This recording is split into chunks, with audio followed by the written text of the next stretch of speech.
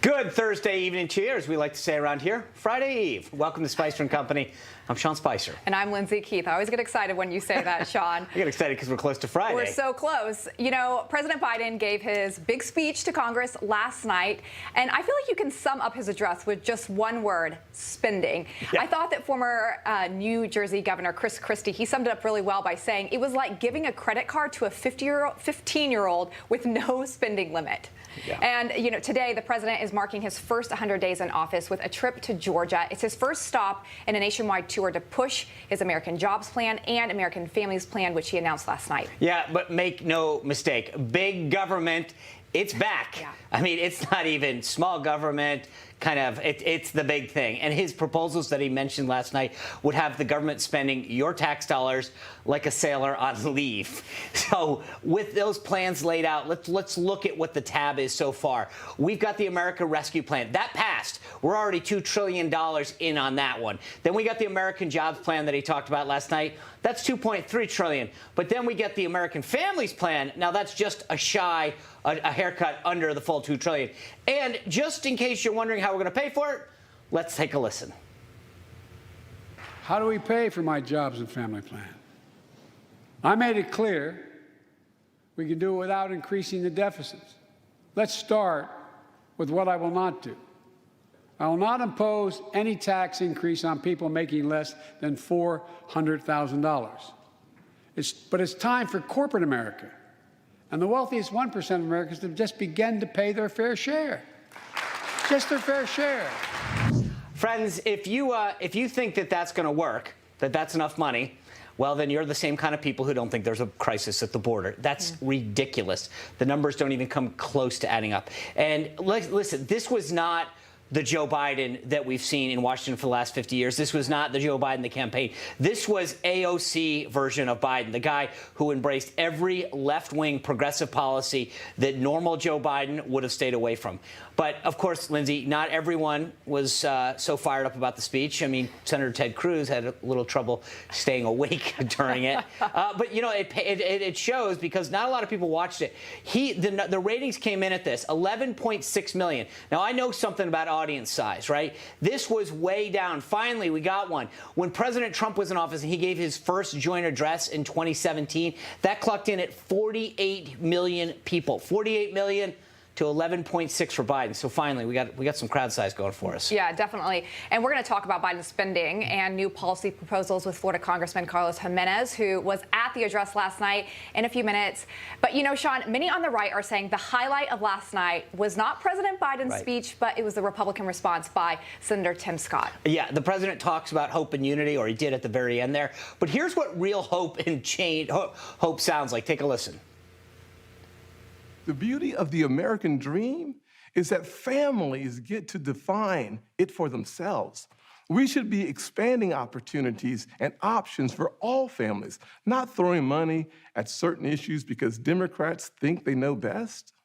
Today, kids are being taught that the color of their skin defines them again. And if they look a certain way, they're an oppressor. You know this stuff is wrong. Hear me clearly.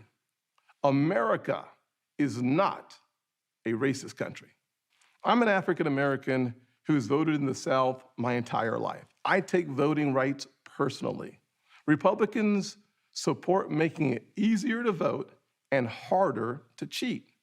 Our best future will not come from Washington schemes or socialist dreams. It will come from you, the American people. You know, Sean, I thought that Senator Scott handled that response remarkably. Oh, yeah. But still, the left found ways to attack him. On Twitter last night, Uncle Tim was trending. Luckily, Twitter did take that down after a while. And after a while. Yeah, after a while. But also, you had MSNBC and CNN saying things like this. I was surprised, to be honest with you. This was standard Republican pabulum. This could have been delivered by Tom Cotton or Mike Lee. America's not a racist country. There's no racism here. I'm not sure what the purpose of this was, and he was out here to throw them a lifeline. It was disappointing. But he lost a lot of African Americans by the tens of millions when he said America is not a racist nation. Look, you can say that we're getting better. You can say that we've come a long way. But when you look at these numbers, when you look at these statistics, it is very clear that this country is still struggling with racism. Well, joining us now to discuss is Florida Congressman Carlos Jimenez, who sits on the House Transportation and Infrastructure Committee, and he was at the joint address last night. Congressman, welcome to the show. Thank you for having me. It's a pleasure to be here. All right, well, since you were there, tell us what it was like in the House chamber during that speech last night. It was kind of dull, and usually, that, from what I hear, I'm a freshman, so I've never been there before. But everybody's spaced out. Was really the spacing was ridiculous. It was totally overblown. Could have had a heck of a lot more people in there, and so the tone for me was, and what I said is, there's what Biden says about unity, et cetera, and then there's what Biden does, which is basically tear us apart. And the spending plan.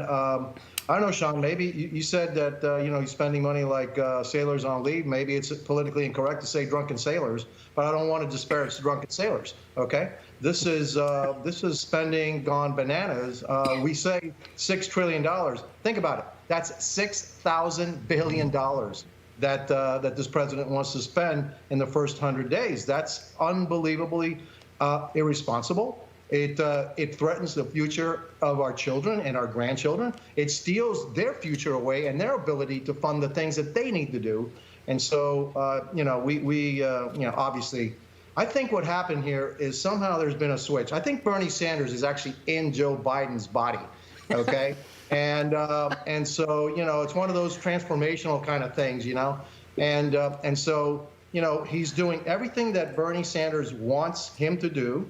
Bernie Sanders, we all know, is a socialist, and I think he's even further than that. I think he's all the way over on the other side, past socialist, and Biden's doing everything that Bernie Sanders, AOC, wants to do, exactly what we said he was going to do, and that he was fooling the American people, saying that he was a centrist, when in fact he's not. Yeah, they were clapping big time last night. I think Bernie Sanders was having a blast. He was feeling love. But, Congressman, the president talked about working across the aisle, specifically on infrastructure. Take a listen. Investments in jobs and infrastructure like the ones we're talking about have often had bipartisan support in the past. Vice President Harris and I met regularly in the Oval Office with Democrats and Republicans and discussed the jobs plan.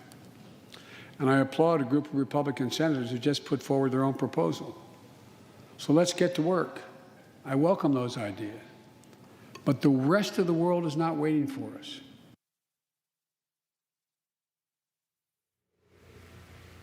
Well, the funny thing about this is in his response, Senator Scott made it clear that if Republicans would join him, if they actually focused on real infrastructure, roads and bridges and everything, but Democrats want to start calling infrastructure child care, which is insane. Right. It's unionized child care, too, by the way, because everything that they're doing right now is pushing unionization. $400 billion towards child care, towards adult daycare, adult care. But as long as they're unionized, okay, that's going to be great. So, look, I was in a meeting with the president. I was invited to go see him. I was one of 4 Republicans that was in that. We were very clear. We want infrastructure also. We want roads and bridges. We want things that will make America more competitive in the marketplace, especially against, the imminent threat and the ongoing threat that we have from China. We're good with that, but we're not good with social programs under the tag of infrastructure and a $2,300 billion tag, which is $2.3 trillion. We're not good with that, and we're also not good with increasing the corporate tax rate. Why in the world are we going to be increasing the corporate tax rate at the time we're coming out of this pandemic? We're actually doing very well. And by the way, we're doing very well, and none of this stimulus has really hit yet, okay? We still have about $1 trillion left to spend from last year's stimulus.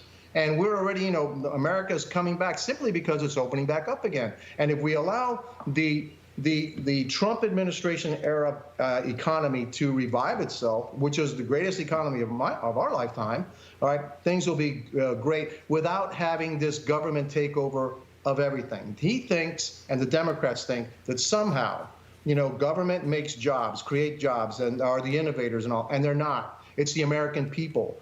Let us free. Don't overtax us. Let us, create entrepreneurship, all of that. That's great American traits, and that's why we had this great economy. That's why we were roaring back. And reduction in the corporate tax rate allowed investments to come back in the United States. Why in the world would you want to go the other way? Increase our corporate tax rate higher than communist China. All right, it's ridiculous. I mean, it's totally ridiculous. Oh, and by the way, communist China, for those corporations that are actually doing business around the world, their corporate tax rate is 15%. I wonder why. Yeah. Why? Because they want to make sure they continue to be as competitive as possible in the world. Yeah, you make a great point. The economy's booming.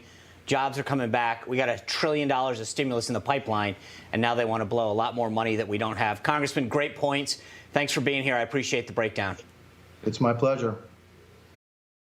Hey, I'm Rob Finnerty. Thanks for watching. If you enjoyed this video, please join the conversation in the comments below. Don't forget to subscribe, too. Hit the bell icon to be alerted to breaking news. And remember, there's a whole lot more on Newsmax TV, America's fastest growing cable news network. Newsmax TV, where real news for real people.